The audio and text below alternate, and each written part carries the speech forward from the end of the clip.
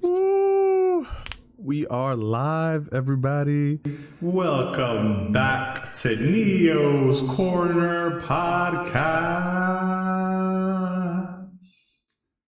Miniseries. How did video games impact your life? That's right. How did video games impact your life? Hello, everybody. How's it going? It's your boy, NeoStarling, here up in the cut. Just wanted to, just chat with y'all for a minute and find out how did video games impact your life? I want you to feel free to contribute and be a part of this, because this is a little mini series and this is the final episode of that mini series. So yeah, I'm gonna be doing it up, talking the only way I know how about a particular game that affected my life. Yo, Pedro J. Martinez, Eric Ramirez, thank you so much for joining. Greatly appreciate having you guys here. Thank you so much. So yeah. I guess the game that I want to talk about is probably the game that had, I would say, the biggest impact of my life. And because of this game, because of this specific video game, I am now immersed in this world that I can't escape, for better or for worse. I just can't seem to do it. I can't. And I love it so much that I want to just talk about it with everybody, and I want y'all to, participate if you want. If you don't want to, if you want to just be lurkers, it's all good. No worries. You can do whatever the hell you want. It's no worries at all. Thank you so much, Vanessa, for the like. Appreciate that thumbs up. Yeah, so like I was saying, the game that is in question is called Resident Evil. Resident Evil is by far one of my favorite video game series of all time. I started playing Resident Evil ever since the original came out. I remember it was on the PlayStation, and I was but a wee child. I wasn't too much of a child, but I think I was in like the 7th or 8th grade, I want to say. Don't quote me on that because I'm kind of old. But yeah, that's pretty much what it was. And I remember one of our supers in this building I used to live in the Bronx, really cool dude. He used to always buy all these different video games, and me, my brother, and a couple of friends of mine, we used to just go over there and play. So he got this game called Resident Evil, and he was like, yo, are you guys ready for this? Because this game is going to be insane. So I'm thinking to myself, I'm sure it'll be all right. It's called Resident Evil, some scary shit, they're trying to be scary and whatnot. So we're gonna ultimately see how this plays in, right? So he ends up putting the game in, and it was designed by Capcom. That's the first thing that I noticed. It was Capcom, and me personally, I'm a Capcom fan. Even though they've been nickel and diming us for the entire time of their existence. If you thought that DLC was a bad thing now, like DLC, all these like small purchases that you would be doing right now, Capcom was the originators of that shit. They fucking did it before anybody else even conceived the thought of doing that. And yeah, so in my mind, I'm like, okay, cool. I love Street Fighter. Street Fighter's dope. Maybe it'll, Capcom makes really good games. So I told myself, all right, you know what? Let's give them a shot. Let's see what's going on here. So he puts the game in, right? Capcom logo pops up. Their little chime and whatnot. But the game gets put in, and we start playing it. First person we picked was Chris, because we were young men and we wanted to play the guy. That's just what we wanted to do. Nothing sexist. It's not being women can't be good protagonists in video games, because if anything, Resident Evil proves that you can be a good like female protagonist, because it has a lot of women in these games. And I played the game, and I remember thinking, wow, this is kind of scary. It was very eerie. It was very ominous, right? So it had like a very ominous feel to it.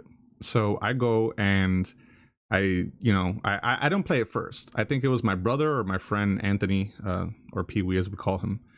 They were the first ones to try the game. So I'm just watching. I'm a mere spectator at this time. I'm nobody, right? And we go into the hallway. We go into the dining room, right?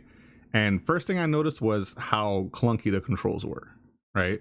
The controls were very difficult to move around, and that's because the game had something called tank controls. And essentially your character moved around like a big tank. Like that's what they were. They were a straight up tank. And So, you know, getting the hang of moving the control was strange on its own, and because of that, I found the game to be very difficult to actually play. So we get to the dining room, and then we go inside of the other door. Then, you know, one of the first cutscenes pops up. Not the live action cutscenes, but like an actual in-game cutscene. And first thing we see is this like creature slouched over a corpse. All you hear is chewing sound, right? So you're hearing this chewing sound, and then suddenly fucking zombie turns around. And I remember when that zombie turned around, it was creepy because he was straight up like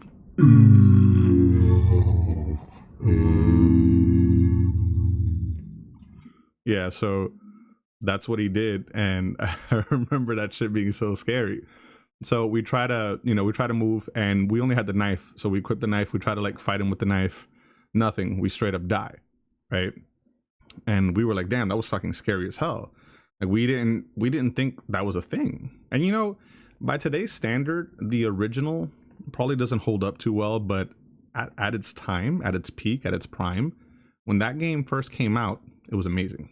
It was straight up scary. It was the scariest thing you'd ever see in your entire life. You know, so we started playing it, and you know, we couldn't do anything. We were just like straight up dying the whole time. So that happens, right? And then, you know, we try again and again and again. And another thing we noticed was there was like straight up no hand holding at all. It was just, you got to figure out where you're going. There's a bunch of locked doors, and there's, you know, very little few paths that you can go through at the moment until you find other keys to access the other doors, right? So one of the more important lessons that that game taught me before I continue going with the rest of the review of the game and how it impacted my life was that it taught me to conquer my fears. It taught me sort of to just like persevere in the face of adversity, and know that you can overcome anything if you try. Because up until now, I was such a scared kid, man. I remember being a child and just straight up like being afraid. I was scared of everything. You know, I was scared of scary sounds. I was scared of movies like like Nightmare on Elm Street, not Pet Cemetery. What was the other one? Puppet Master, Hellraiser, you know, Halloween, Jason, like all those movies, right? So this was the first time that you were put in the role of the protagonist. Like it was up to you whether or not your character was going to live or die based off of your own actions, right? And I remember thinking that was horrifying, because first of all, it didn't control like any conventional game. You know, it was one of those games that you moved around and you didn't quite know what the hell you were doing nor where you were going. You know, there was no hand holding. This was like, hey, you either get through this or you die. On top of that, you had a limited amount of health, you had a limited amount of ammo, and it was one of those things that you had to control the game yourself. If you could not get the protagonist to where they needed to go, you were going to die, and it would be your fault, right? And I think that's a very important distinction that we need to make, because again, you're not a spectator. You're not just watching a horror movie. You know that at the end, somewhere along the line, the good guy's gonna win, the bad guy's gonna get their just dessert, you know, the end, and then, you know, something else horrible happens that leads to a sequel, right? It was like, yeah, there is an ending, and you know, if you get past it, that's dope. But at the same time, you also have the opportunity to fail, because if you fail, there's multiple deaths, like different death animations that, well, it was almost the same death animation with the exception of like decapitations that would happen once in a while. And if you didn't save your game, you know, there was no automatic save points. You had to do all of that stuff all over again. So it taught me patience as well as conquering my fears through just going through the motions, because realistically, you had ink ribbons, right? And ink ribbons were your source of saving. You would go to like a typewriter, any random area, and if you had an ink ribbon, you would save your progress. Now the thing is that they were limited, and you had to use those things sparingly, because if you didn't, you'd be screwed. You would straight up and down, left and right be screwed. So you had to make sure that you made the most of it, right? And that taught me how to play with more patience, as well as being more careful with my inventory management, because that's another thing. You had a limited amount of inventory. It was realistic in that sense that you can't just carry a million things on you. You know, it's like maybe you couldn't pick up this healing herb because you need this ammo to get past a certain part, and you had to leave that herb behind so that you can progress, you can have enough ammunition to beat the boss. And then, you know, you could always go back and heal if you had to. You know, now granted, there was some unrealism in the sense that I always found it difficult that like a key would hold up an entire slot. That's just something that to me used to kind of like, you know, boggle my mind. Felipe, what's good, son? Thank you so much for stopping by. I hope you enjoy your stay, my friend. But yeah, like I was saying, you know, so you had to be very careful with what you did. You couldn't just, you know, do whatever the hell you wanted. If you weren't careful, you would just die. Thank you so much for that like, Darius. Darius Garland, my friend. How are you doing tonight? You know, and yeah, so it taught me patience. It taught me how to persevere in the face of adversity, and it taught me to, you know, be able to just go through this. Like, it's okay to be scared. It's okay as long as you conquer your fears. You know, like, we as human beings, we're very susceptible to fear. I don't think you people really truly understand that. If you think about the way we live our day-to-day lives, we're not typically put in situations where you're going to be faced with fear, you know, so your body doesn't necessarily know how to react to it. If you get into a fight with somebody in the street, your first instinct is to like, oh my God, like, what am I going to do? You know, it's a fight or flight, right? Your body can't react properly at that moment unless it's something you're used to. You know, if you're a UFC fighter, if you're a wrestler, and you're the type of person that knows how to like take a hit, then, you know, whatever, you're good. All right, because that's something that you're used to. But because we're not faced with fear on a day-to-day basis, there's like this chemical reaction that happens inside of you. You know, again, fight or flight. Are you going to succeed? Are you going to fail? There's a lot of different factors involved in this. And you being put in the role of the protagonist, whether you're playing with Chris or Jill, you know, that's another thing. You would have to play different. They had different story modes, they had different strategies, and if you played Chris, for example, you were able to take more physical damage because, you know, you were a big brawly guy, so, you know, taking more hits was realistic, right? But on the flip side, he had less inventory slots. Now, if you played with Jill, you had 2 additional inventory slots, which allowed you to sort of store your inventory more neatly, but you would also die a lot easier. You know, less bites would end up killing you, right? So there was always there was an interesting dynamic to that. I always thought that was pretty dope. Thank you so much, Franklin Luna, for that like. Greatly appreciated, my friend. How are you doing today? Yeah, so yeah, like I was saying, it's pretty interesting, right? Like, that's just what we do. And playing these games taught me a lot about fear and how to overcome it. Again, it's not something that we're accustomed to on a day-to-day basis. You know, if somebody tries to mug you, you know, you might not react the way you think you're going to react, right? You might do something completely different, and that's something we have to learn how to overcome. So when people tell me that video games are not a good source of not necessarily entertainment, but they're not good for you. You know, you always have people telling you a lot of like nonsense about video games. This miniseries was sort of just to talk about the impact that they had on your lives. You know, the impact they had on my life. You guys could participate as well and tell us how they impacted yours, because I feel like we all have something to learn from these experiences. You know, Grace. Thank you so much for that like, Grace. How are you doing tonight, my dear? You know, and we can learn so much. We can learn so much, and that's what's important. That's what we need to do.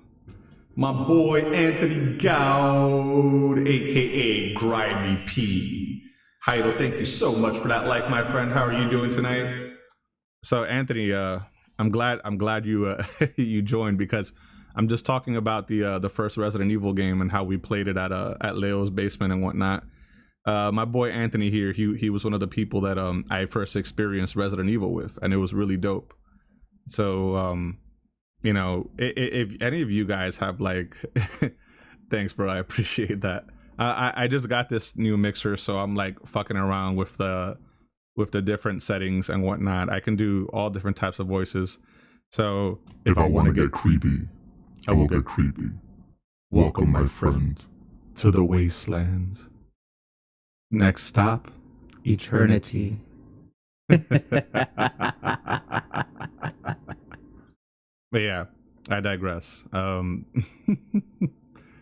We we can learn so much from the experiences in our lives, whether that be in the form of a video game, whether you had an important figure in your life, somebody that really like taught you something important, like a life lesson that you're never going to forget. Whatever the case may be, we all learn. We all learn, and it's important to learn, because these are the experiences that end up shaping the rest of our lives. I was scared to play Resident Evil, the first one. Yeah, dude. That's I was scared too, man. What's funny about playing that game, I didn't actually get my physical hands on the game until Pee-wee handed me the controller the first time we ran into a hunter. That's when he just like tossed me the controller. He was like, "Hey dude, here, just take this. Like, I don't know what the hell to do." So he gave me the power, and I ended up dying, of course, because I didn't know how to move. And like outside of that first zombie, it was a scare that you knew was coming, right? So you also had what are called jump scares, and I feel like when they did those jump scares, they worked really well. So I remember when the first dog came crashing through the window, I was like, holy shit, like I skipped a few heartbeats because of that. Yeah, you definitely passed us a controller. Yeah, but you actually like the horror scary games where I pass. Well, I do love that stuff, Frankie. It's my thing. That's what I do. Stephen Lee, thank you so much for joining, my friend. How are you doing today? Yeah. For anybody joining right now, this is an interactive podcast. You guys can feel free to comment, say what's up, hit that like button and whatnot, and just feel free to chat with me. This is a little mini series that I'm doing about horror games, and you know what, it does say a lot about me. It does say a lot about NeoStarling, because I feel like the type of games that we're into sort of kind of get to you in a psychological level. I've noticed that like one of my roommates, he loves playing first person shooters. Like that's his thing. Like if he's not playing first person shooters, he's playing a like some sort of war game like Civ or whatever. So you end up, I told him, I think you're some sort of like warmonger. You love war, you love violence, you love crazy shit because that's just your thing. Like these are the type of games you like to play. And my boy Rob, he likes playing like Mario games, like platformer games. So I would always tell him his personality is more of somebody that's like very adventurous, and that's than me. I like playing horror games, obviously. So I guess I'm psychologically damaged in some kind of way. My boy Nick Swing, what's up, scumbag? How's it going? Yeah, it's would it be cool? We FaceTime. Yo, dude, man, you know what? That's a good idea. I have to get you on the podcast. I think it'll be a dope idea if you got on my podcast, so we could just like talk about different things and do it up the only way we know how. Thank you, Jay. Jay, I appreciate that. Like, how are you doing today, darling? Yeah. So that's what it is, man. Like these experiences really teach us something, and I think we shouldn't forget that. Like never forget where you came from, never forget the people that you met and the things that you've experienced together, because ultimately, again, those are going to be the things that shape who you are, that shape your existence. And I definitely want to keep having these different experiences, because this is what we do, this is what it's all about. Playing games in particular actually helped me do stuff like this, like setting up like this Facebook Live, for example. I'm not just like on my phone, I'm doing this on my computer. I got a couple of cameras here, I got different lights, I got a green screen going on in the background. Trying to get really good audio because I want to sound good for you guys. And they help with exploration of self, of who you are as a human being. And I think that as long as games continue to happen, as long as video games keep being a thing, we're always gonna be at that point where we are, how would I say, where we're gonna keep learning, and we're gonna keep finding out things about ourselves. And by me playing these scary games, again, like I said before, I was able to overcome. I overcame a lot of things, and that actually translates to my real life as well.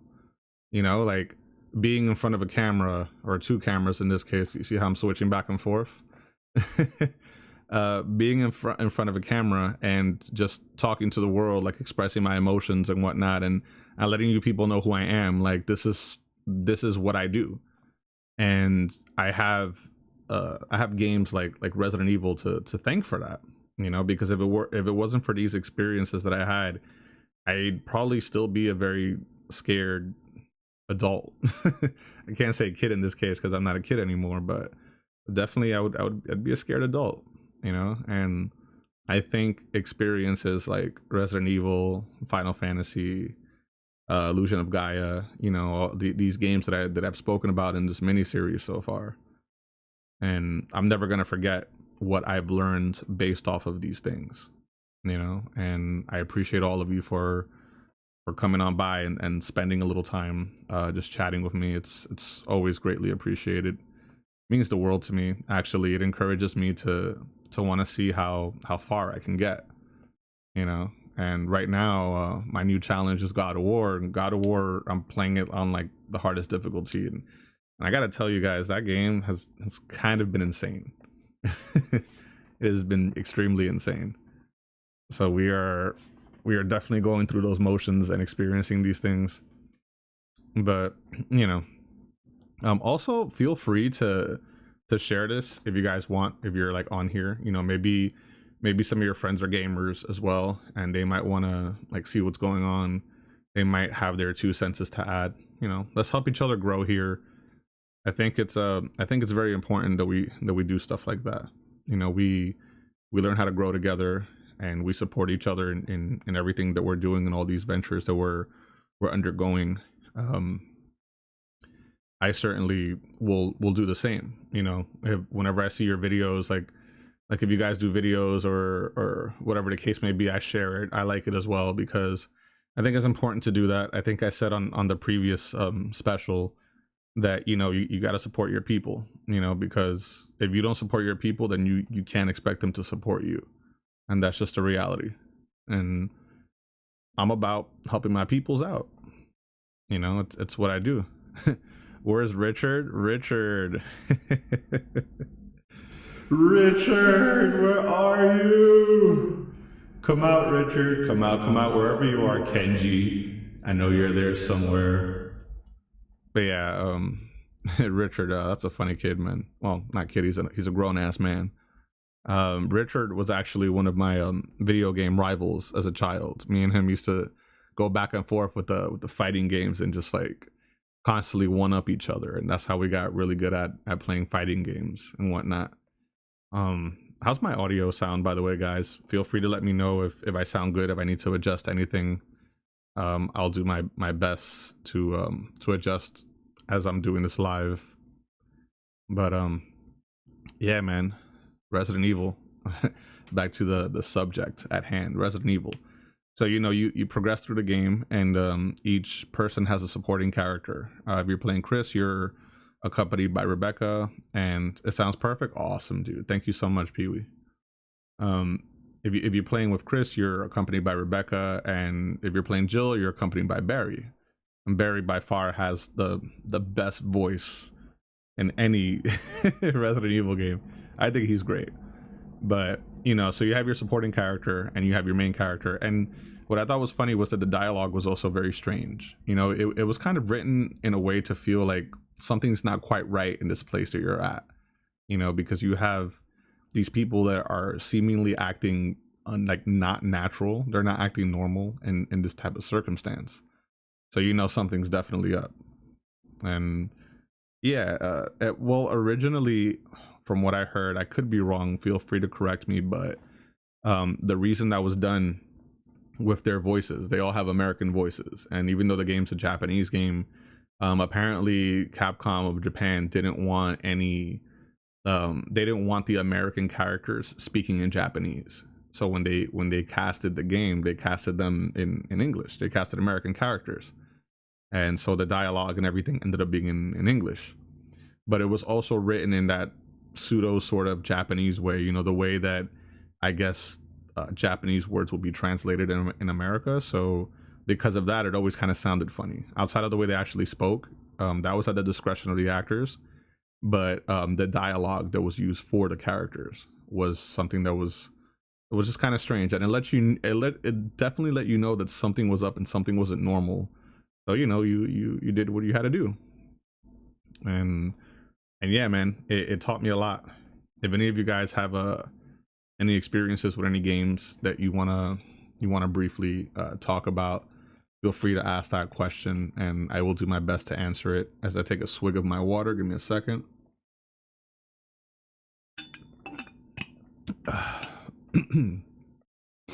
And talking can be exhausting, especially when you're just like talking a bunch of shit for like, how long have I been on? 26 minutes. This is 26 minutes of me like straight up talking shit. But yeah, it's what we do. What translation? What? Wait, what transitioning? Oh yeah, dude, I'm doing transitions, man. Yeah, of course. I don't know if you realize this, man, but I know what I'm doing with technology, man. At least I'm certainly learning. And that's something that over time I plan to get better at doing. And don't worry, Frankie, I know you don't like scary games, But I must tell you, scary games like you. And if you join, you will understand. And if you understand, you will realize one important thing. 28 days, 6 hours, 26 minutes, 10 seconds. That is when your world will end.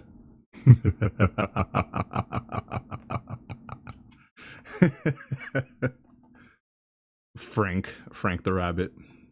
I try to do the Donnie Darko, but I'm still trying to figure out the proper way to do that. Not perfect, but you know, what can you do, right? I gotta find out what it is exactly. I know he says 28 days, but I'm pretty sure I'm wrong with the hours, minutes, and seconds that he said. So yeah. I didn't mean to scare you there, buddy. Apologies, it was not my intent. But this episode is about horror games, so in particular Resident Evil. So you know, you progress through the game, you fight several bosses, you fight zombies, you fight zombie and mutated dogs. What else do you fight? Crows. The crows can peck you to death. There's like poisonous spiders, humongous spiders. So if anybody's like scared of spiders, then really be careful, because those things look creepy. Even original PlayStation 1 graphics with the spiders looked very creepy.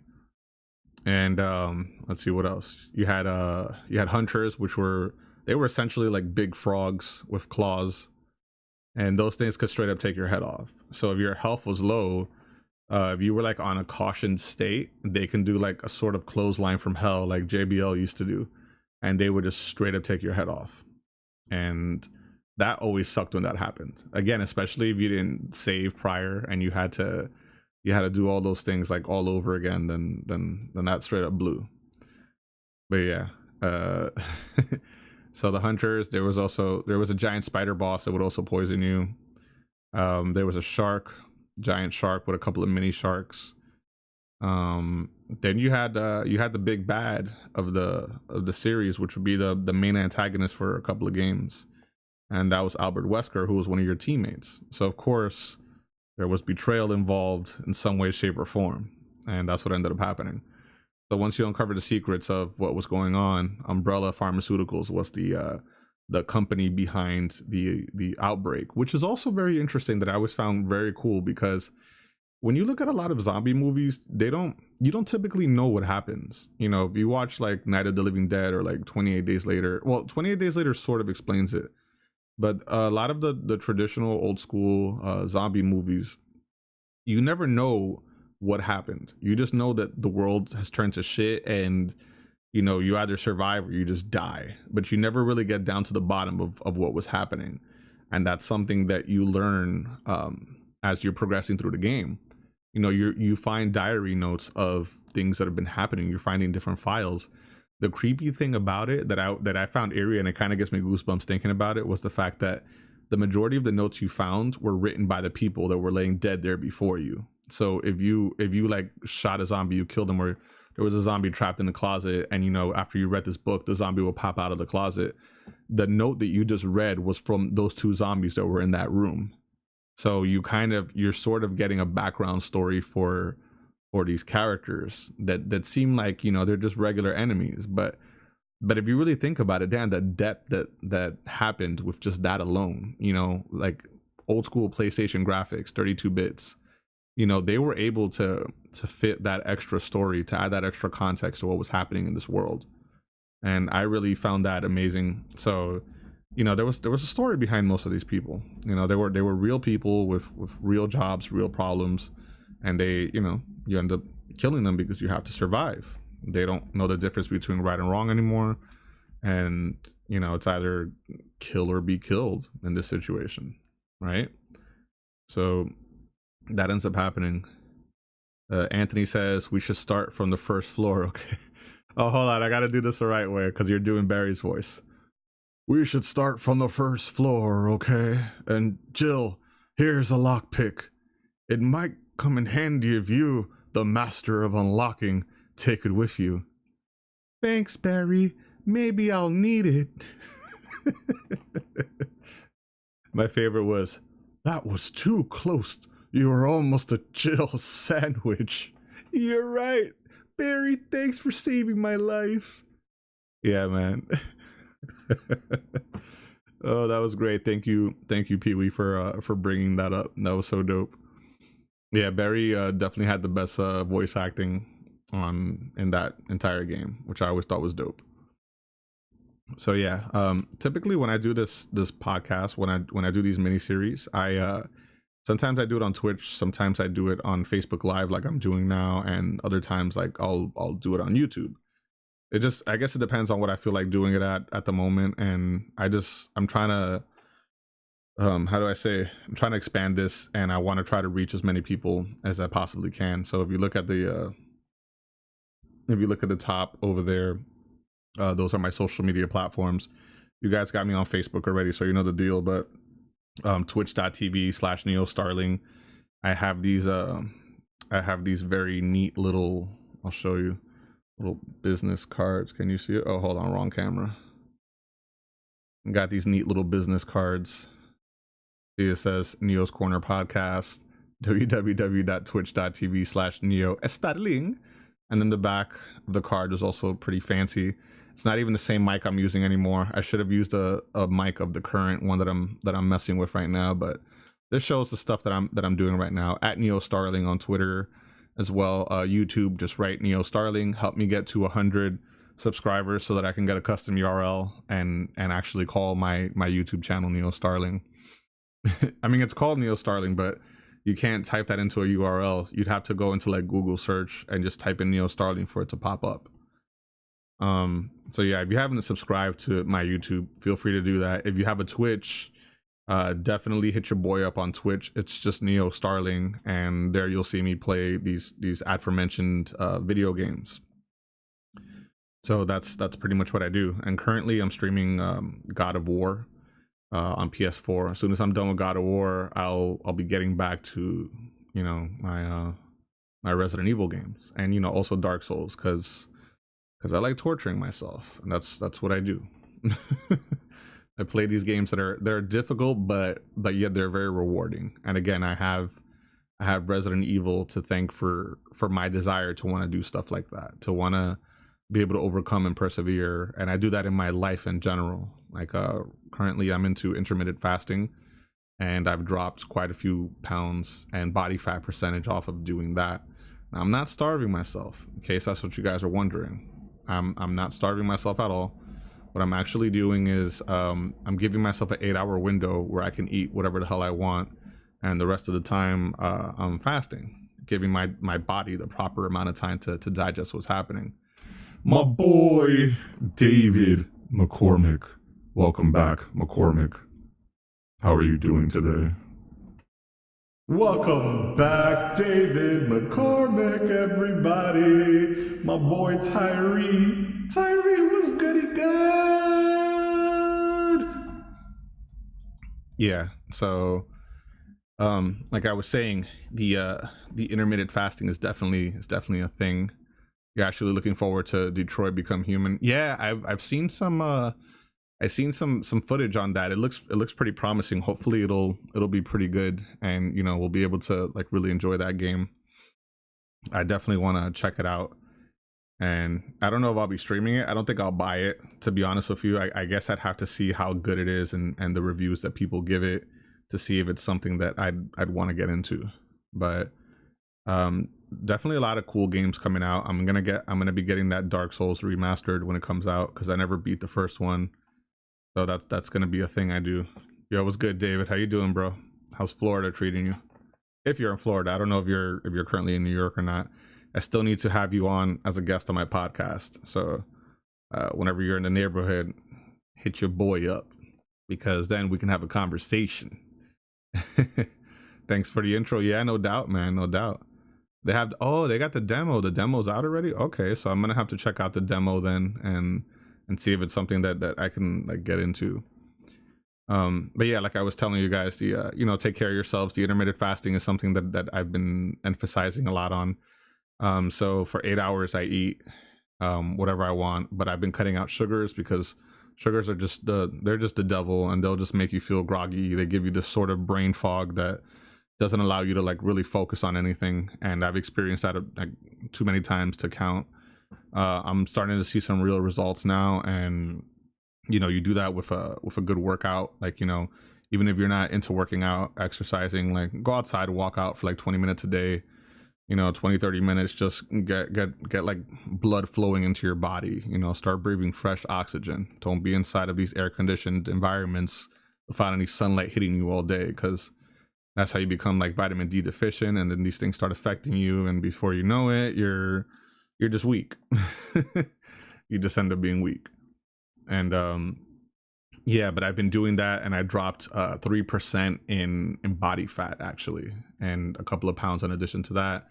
My goal is to get to about anywhere between 11 to 13% body fat.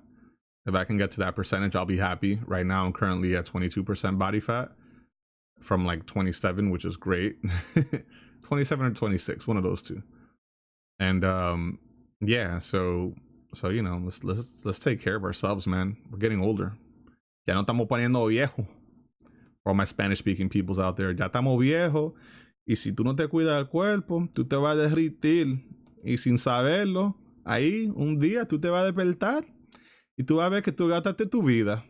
Y cuando tú gastaste tu vida, tú te vas a decir, diablo, loco, yo tenía que cuidarme en vez de prevenirme pensando que yo soy un tigre, porque eso no es la realidad. But yeah, enough of the Spanish. David says, I'm doing well. Can't wait to join you on your podcast. We definitely have to catch up. Yo, for sure, brother. I miss our conversations, man. You're definitely one of the coolest dudes that I've met in a very long time. And it's funny because I always tell myself this when I leave, whenever I'm at a job, whenever I start a new job or end up leaving the job, that there's always like 2 or 3 people that you feel that you had a really good bond with, and that you could see yourself hanging out with like on a regular, even if you don't work together anymore. And you're definitely one of those people, David. So it'd be dope if when you get back, like when you're in New York, like visiting your kids or whatever, like hit your brother up, man. Hit me up, and we could sit down, we could talk about wrestling, like whatever the hell you want. I know that's what we used to mainly talk about, but you're a very intelligent man, and I know that we'd have very good conversation. So definitely want to have that. I want to have everybody on, man. Like I want to just like interview the people that are like important in my life. Hashtag David is awesome. Yeah, David is awesome. David is definitely awesome. And I want to interview all of you. I want to like sit down and have a conversation, drink a beer with you fellas. I'm gonna be I gotta get Miguel on the podcast next because we have to talk. And it's gonna be a fun podcast. I gotta figure out how to get like I don't know what he's gonna use, if we're gonna do Skype or like Google Hangouts, whatever the case may be. But I want to make it look cool, because I'm not just an audio podcast, but I'm also a visual one, and I want you guys to be able to to see the expressions that we have and whatnot and stuff like that. I think that's real cool. I'll be uploading this after I'm done on YouTube and Twitch, and I'll post it on like everything, because that's what I'm trying to do. I'm trying to be successful. I'm tired of my 9 to 5 or 9 to 6 in this case. I want to be a self-made man, and I want to have a future, and I want to be able to do what I want when I want. Because I guess that's ultimately the goal for everybody, right? But a lot of people talk about it, but they're not about it, and I'm gonna be about it. I am definitely gonna be about it. Yeah, that's gonna happen. But yeah, you beat the game, and when you beat the game, something really cool happens. If you beat the game in under 3 hours, which most people in their first playthrough are not gonna beat it in that amount of time, you unlock a special key that allows you to change your costumes, and you also get special weapons. You get, I believe, like a rocket launcher, or you can get a rocket launcher and a flamethrower, I remember. And if you walk around shooting zombies with a rocket launcher and you're playing the song Zombie from the Cranberries, that'll be one of the dopest things you can do. I remember me and Pee-wee did that way back in the day, and that was always a lot of fun. So let that be something that you definitely do, because I think it could be very rewarding. If you haven't played the original, please do so, because it was great. And the remake came out in the GameCube, which was a complete reimagining of the game, and it was freaking fantastic. Like, I have it currently on PC, and PC kind of improved upon what the GameCube originally did, and they made the place look a lot creepier. They added story. There's a lot of different things that they did, and it's something that you should check out. It's definitely worth it. Again, this is one of the bigger impacts that it had on my life. David says, "I will, brother. That's a promise. You've always been a real one." Oh yeah, for sure, bro. I mean, you already know how we roll, son. Like it's not even a question. You know what I do miss? I miss our banter at work. That was always great. You're like one of the few people I could talk to, and like you wouldn't get offended. Like everybody's like so easily offended nowadays, and it feels cool to just be able to talk to someone and like fuck around without them taking everything so personally. So that's really cool. And whatever, we could banter back and forth. It doesn't really matter. Just come with your A game, because when you go after the bull, you're gonna get the horns. You always gotta be ready to come with your A game. But yeah, fellas, I'm going to get ready to stop this. I've been on for like 42 minutes, almost 43 minutes in a couple of seconds. Now it's 43 minutes that I've been on live, and this is actually the longest episode of this mini series that I've done. I want to say this is the final episode, but you never know. I could always resurrect this little mini series. I like to do this stuff in between my podcast also, just so that I could have material for you guys, and just get to know you guys on a better level as well. Just have this discourse. We can talk about whatever, and yeah, that's definitely something that I want to emphasize. My boy Tony, welcome Tony to the Neo podcast, Neo's Corners podcast. Oops, how you doing today, Tony? I see you. Yeah, Tony's a funny dude as well. Isn't that right, Tony? How are you doing tonight? Welcome to the wasteland. But yeah, so I'll do my plugins right now. Of course, Facebook, as always. Facebook is awesome. And hang on one second. Sorry about that, guys. Okay. Whatever, Starling. It's NeoStarling, okay? I am not a freak. I am a mere mortal, my friend. Just a mere mortal. There's nothing wrong with me. The only thing wrong with me is what's wrong with the world. And what's wrong with the world cannot simply be resolved with violence. You will be assimilated Resistance is futile. You will become a part of the collective.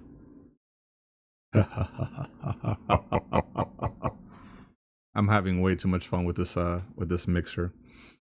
But yeah, guys. Yeah, so on Facebook, you already know the deal. You anybody that's watching this pretty much already follows me on Facebook. Check out the Twitter. The Twitter's just at NeoStarling, just like you'll see my links at the, right above my head. Actually, those are my social media platforms. I'm not on Twitter often, but if there's more engagement, I'll definitely be on. If you have a question you want to ask, on the bottom of the screen, you could say questions. Of course, ask at NeoStarling with the hashtag NeoCornerPodcast. So if you guys feel at any point you want to add anything to this, you can ask it there, and I'll address it in a later video or through Twitter itself. The YouTube, if you haven't followed me on YouTube yet, the YouTube is just NeoStarling. Again, I have, I think, 85 subscribers on YouTube right now, and there I do wrestling reviews, I do tutorial videos. I also upload this podcast on there as well if you missed it. There's a couple of different things, the occasional Dragon Ball video. If you help me get to 100 subscribers, I'd appreciate that, because then I can get a custom URL. So feel free to show love to your boy on the Twitter machine, on the YouTube machine. What else do we got? Twitch, most important. That's what I want to be my main bread and butter. So if you guys haven't seen it yet, right here, right, NeoStarling, right, www.twitch.tv/NeoStarling. If you want this amazing custom card right here, feel free to let me know and I will provide that for you. Yeah, pretty much. If you're a member of Amazon, if you have Amazon Prime, you can subscribe for free on Amazon, on Twitch, and then you'll actually help support me because I'll get paid for that. So it will at no cost to you, but it'll greatly benefit me, and I'd greatly appreciate that if you guys have one.